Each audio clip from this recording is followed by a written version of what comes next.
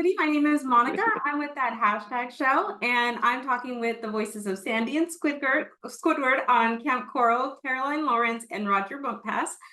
My first question for you both is, what have you enjoyed about voicing these much younger versions of your characters?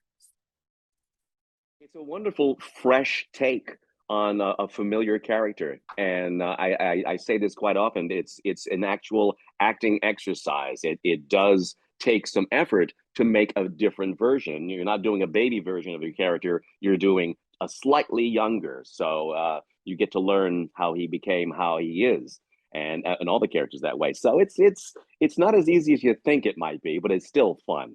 Yeah, it's fun for us to discover new things about our own characters after so long, right? Where you have that moment where you're like, oh, that's when she did that. Oh, that's when he learned that. That's very fun. Kind of an exposition thing. Yes.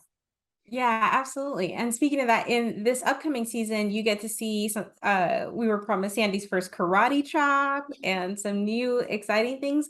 What are you both most excited about for audiences to see? Well, first karate shop. I didn't know that. Wow, Yeah. I'd like to see that. She wasn't spectacular yet, I don't think. You do see the origins of Squidward and his clarinet, because he does reveille every day, and how he is just trashed every morning because of it. That maybe that's why he is what he is. He just had so much frustration in reveille every morning at the camp. Yeah, it's fun. I'm trying to think of, is this the batch where I get to meet myself? My future self meets my past self? I don't know where we're at, but there's one where older Sandy meets younger Sandy. And that's kind of yes. Yeah.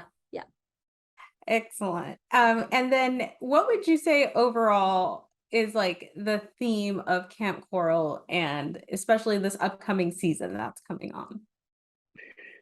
Exuberant youth, exploration, fun, unchaperoned by parents, by the way, but still, you got your authorities in the camp, but it's the fun and adventure of summer camp that a lot of us got to experience, and so hopefully a lot more children will want to go to summer camp.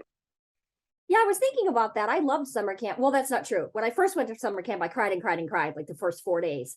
But then as I got older, I really loved summer camp. But I do wonder how many kids actually get to go nowadays. Things are so different. Yeah, you wonder. Right?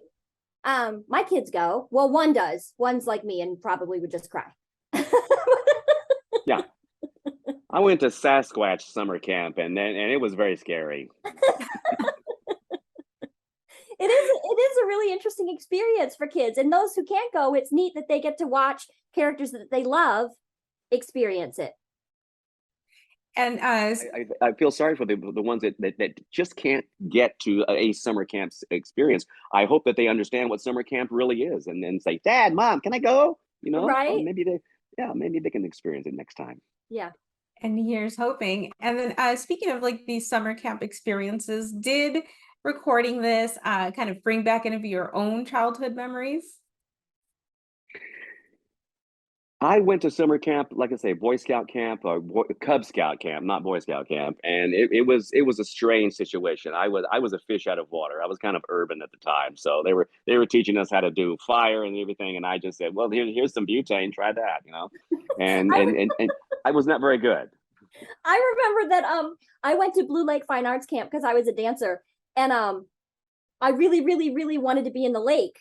But to be in the lake, to be able to swim in the lake, you had to pass the canoe test.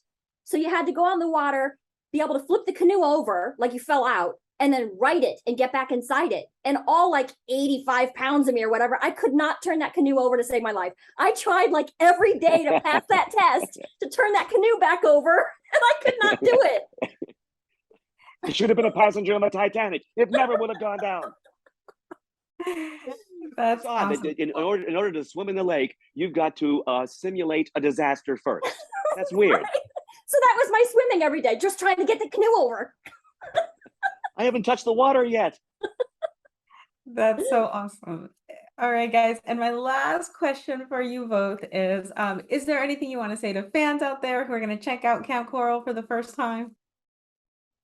Please watch it and make the connection that we have made in this wonderful time continuum of the SpongeBob universe. Now you see them younger. Now you see why they are as adults.